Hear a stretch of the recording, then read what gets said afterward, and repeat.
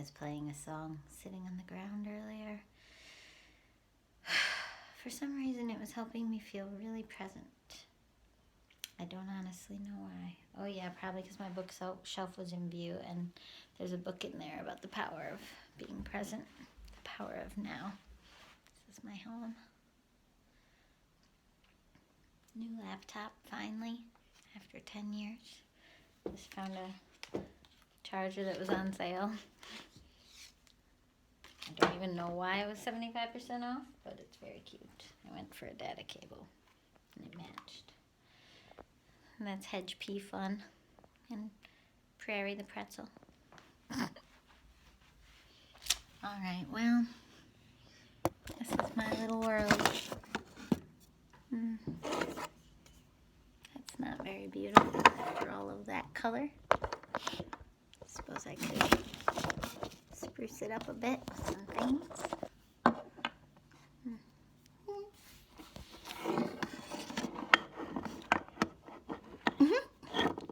It's not staying. You don't even have piano keys. What is going on? Balancing on the unicorn with a broken horn. Sorry for the wobbly cam. It's the one problem with doing action shots beforehand. Okay. I suppose I could go get my camera stand. Wow. My face is always a little broken out, but right now it's a little more so. Whatever. There's a frog lamp. I wasn't just saying a frog and a lamp. Aw, he's burnt out. Don't burn out, frog. Ugh. Take 2. He was not burnt out. Just wasn't plugged in. Metaphors are everywhere. I was just looking around my house and reveling in all the old pictures of me and my love.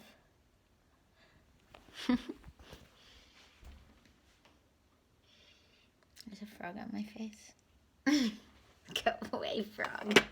Blocking the shot. This is weird.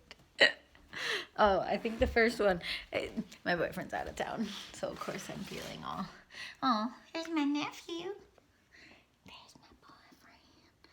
That was us at our last concert together before quarantine happened. We were in Chicago seeing one of his favorites, and maybe heroes too in a way, Derek Ted, who's from the band Owl Paws. This is just me and Brian though. A video of a picture.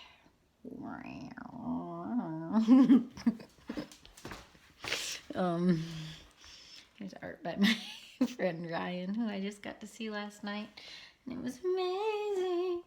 This is a unicorn for a mug. Put it on a mug. And this is a rainbow one of my piano students made me. Okay, hold on. What was I doing? I was doing getting my... Okay. I'm working on my kids' album right now, and it's from like 3 years ago, and it was supposed to be one of the albums of the Album of the Month project. It didn't end up on there. I'm not even going to ramble about that right now. Anyway, I get very exhausted working on self-serious things lately. Like, it just doesn't feel right to take music seriously. Not just because of the pandemic and not just because of capitalism, but just, well, maybe exactly because of the pandemic and capitalism. There. I hope that'll stay. There's some keys. Got my big puffy sweatshirt on because I was feeling and actually being fat. I was not taking care of myself for like, I don't know. I just wasn't exercising and I wasn't eating well. And I tried wearing something that I was wearing when I was doing a better job caring for my body, and I put it on and I just felt really gross. Like very aware of my body change, so My body changes very quickly with exercise and very quickly with not self-care. Quickly in a bad way. I guess quickly in a good way too. My body gets very happy when I start caring for it. Like less than a week, I will feel totally different in my body. It's not like I'll drop more than like 5 or 10 pounds or something over the course of a couple weeks, but it's just that I will feel totally different in my skin and carry myself differently, and my clothes will fit differently, and everything will feel totally different if I exercise every day, even just a little bit, and even just almost every day. And I like how that feels, but I have a hard time prioritizing it when I'm feeling a lot, or I don't know. It's just like a habits, muscles, self-care. These things all go together. Kind of like if you are someone who's creative, but you just haven't been doing it. Or like mine is music I've been doing, so it's like a muscle, and I love doing it. And same with words, but art, I don't do that. And I said that like 3 months worth of check-in videos ago, that I've been meaning to use the sketch pads that are lying all over the house, and then I just won't use them. It's like I don't know what I'm waiting for. I like to just save sketch pads completely blank and not fill them up with anything. Maybe I'm afraid of what I'll draw. I don't know, could be that. Okay, 1, 2, oh wait. Oops. 1, 2, 3. There. There's a song.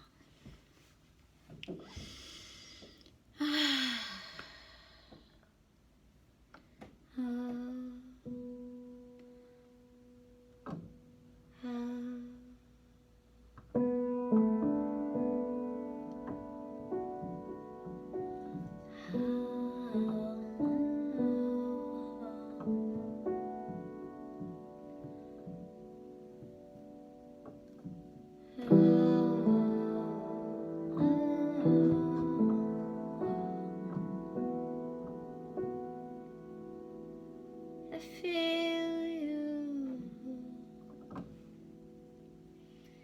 I feel you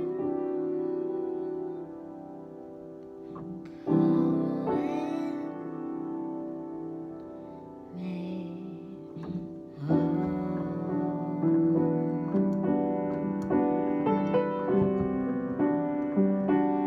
calling me home.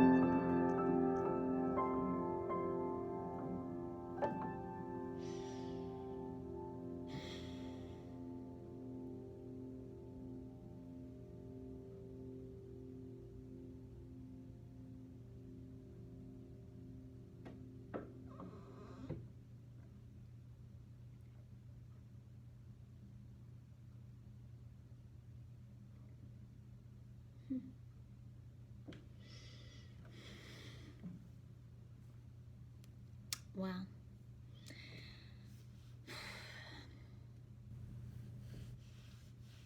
I just remembered something while I was making that song. I've had a wound in my heart for about 2 weeks now, and it was making it so I couldn't sing, and I started to feel it move in the last day, and I started to draw it out. And just today, when I was sitting on the floor playing a ukulele song written in a really hard moment in time where I drove to Holland, Michigan, which seems to happen a lot, and it seems to be where I process a lot of things.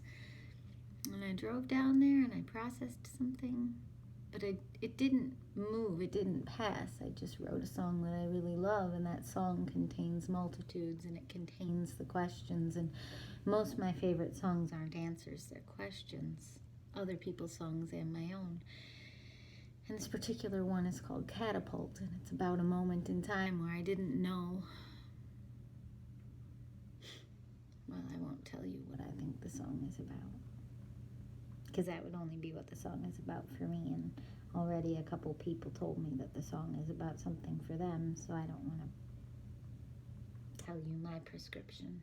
Someone did that to me once, told me a song that I thought was very metaphorical and about feelings was actually just about birds and very literal, and it kind of killed the song for me. And she did it from stage, and I love her dearly, and she's still one of my favorite people on this planet. But when she did that, I was like, dang it! Because I had loved that song, and then I couldn't stop seeing it through her eyes and her imagery and her meaning, and I lost my own poetic attachment to the song, and I couldn't get it back no matter what I did. So I try not to do that to you, for you, of songs that I write. I'm just a vessel, and I'm bringing things through my story, through the ether, through my mouth, through my heart, through my fingers. My legs are shaking right now. I feel like a lot of anxiety. And another word for anxiety is energy. I feel a great deal of energy. And I think that all people manage energy in different ways. Some people want to expend it quickly, like through exercise, like I was talking about. Some people want to put it into work, like their actual job, their paying job. Some people want to put it into hobbies and projects. Some people want to sit still and meditate and let it really channel and become like a tight white ball of light inside of themselves. And I'm a mix of all of those, perhaps, as are you, if you believe you are. Right in this moment, I feel like, in a way, like just YouTubing is a waste of this energy. But at the same time, when I was trying to utilize it for something specific, like the kids album that was supposed to be done in 2018 that I was making with my niece when I visited her in Colorado for the first time, it's like, well, that wasn't the right time, because I made the Colorado Dreams album then. And the following year wasn't the right time either, even though I thought it was. And then I tried to do it in the beginning of 2020, before this pandemic nonsense. Not nonsense, horrifying reality, but, you know, sometimes you just don't want to say that. But it just hasn't been the right time. I couldn't get interested enough, or actually I was interested in it, and when I tried it again in 2020, I was very interested in it, but it was not the right time because, whoa, that was weird. It was like it short-circuited. Weird, these batteries are brand new. I thought they were brand new. Maybe they're not brand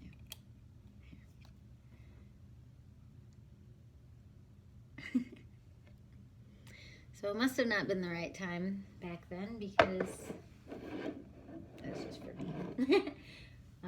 Because if it was, it would have been. And I'm really trying to work on that right now. I live with a lot of creative regret.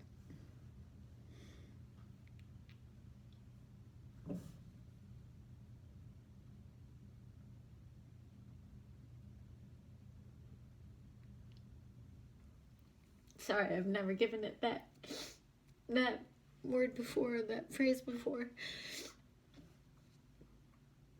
You know, like people who like get older and are like, oh, I have a book in me. I have like polished albums in me. I have like polished albums right here. I have like thousands, literally thousands of songs.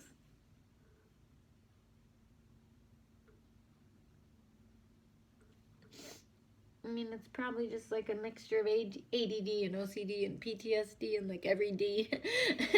But like, it's also that I love the music and I like dreaming, but the work itself, it's like, it's just, there's always an excuse on why I don't do the particular kinds of super polished work like someone like a Sufjan Stevens does. It's like, that wasn't my calling.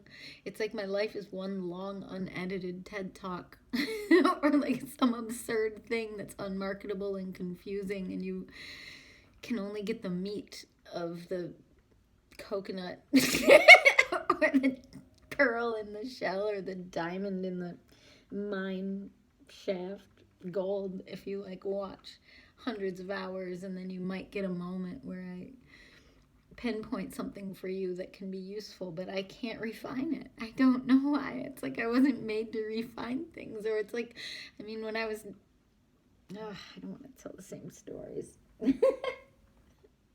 Well, I'll just say it, because you probably haven't watched the hundreds of hours where I've said it before, but when I was 9, I thought I was Beethoven reincarnated. But I think that our modern culture thinks things like that are cool. It's not cool. If I am Beethoven reincarnated, then how grotesque it must be to be in a body that is nobody, is not famous, is not successful, is not being paid any money, is not being honored or cared about by anybody. Okay, that's not true. And then I go too far to that extreme. But like, that was Beethoven's thing towards the end of his life, according to some books on him historically, that he felt undervalued. It's like, sorry, Beethoven, you didn't know how undervalued someone could be, that you could have classical conservatory training and hundreds or thousands of songs pouring out of you, and still people might just not care.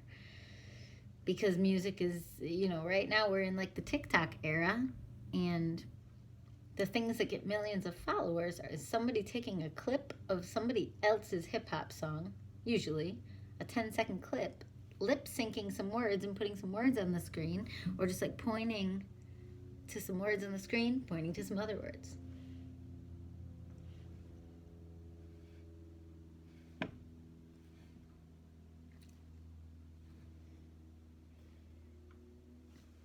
So like, I can't do that. I could, but it feels like a waste of my skill sets and my life. And if I did it, if people used to tell me like, well, just do it once, join the trend so everyone knows you, and then just do yourself. And I want to flipping vomit at that suggestion.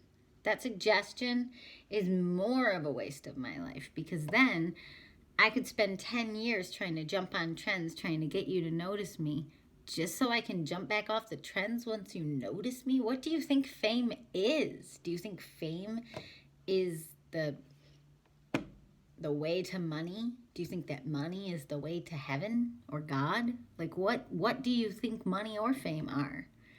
Like, if you're using weird manipulative reasoning to get it, like, it already stole your life. Your life's already gone. It's not yours. That's the prison already. Like, break out of that prison, you gross people. Quit suggesting that. It's disgusting. You're revealing your lack of faith in God, your lack of faith in anything bigger than worldly materialism and getting ahead and jockeying for position. Like, get off. Ew. All the people I resonate with, every single one is an artist. And granted, or has an artist's soul, or has a poet's soul, or has a kind heart, or has like a sensitive way of being, or a humble way of being in the world. I do not resonate with business people, slick people, marketing people, people trying to sell me something, people trying to sell me on their course about how to sell someone something. It's grotesque. It's disgusting. I understand now why I became a lo-fi artist, just utilizing the resources of the times, i.e. YouTube and Instagram and Facebook. Like, I'm just talking to the people I already know, and in some cases I got to know more people through shows or through whatever, but like, I am not in the hustle. I am not in the bustle. I am not feeling any of that. So if that's your vibe, if that's your jam, please quit telling me, random Instagram promoters, to promote it on such and such records. You're not even a record label. You're a random Instagram hustling people. I mean, it's just grotesque. The world is a giant hustle, and everybody wants their piece of the pie, and I'm no different.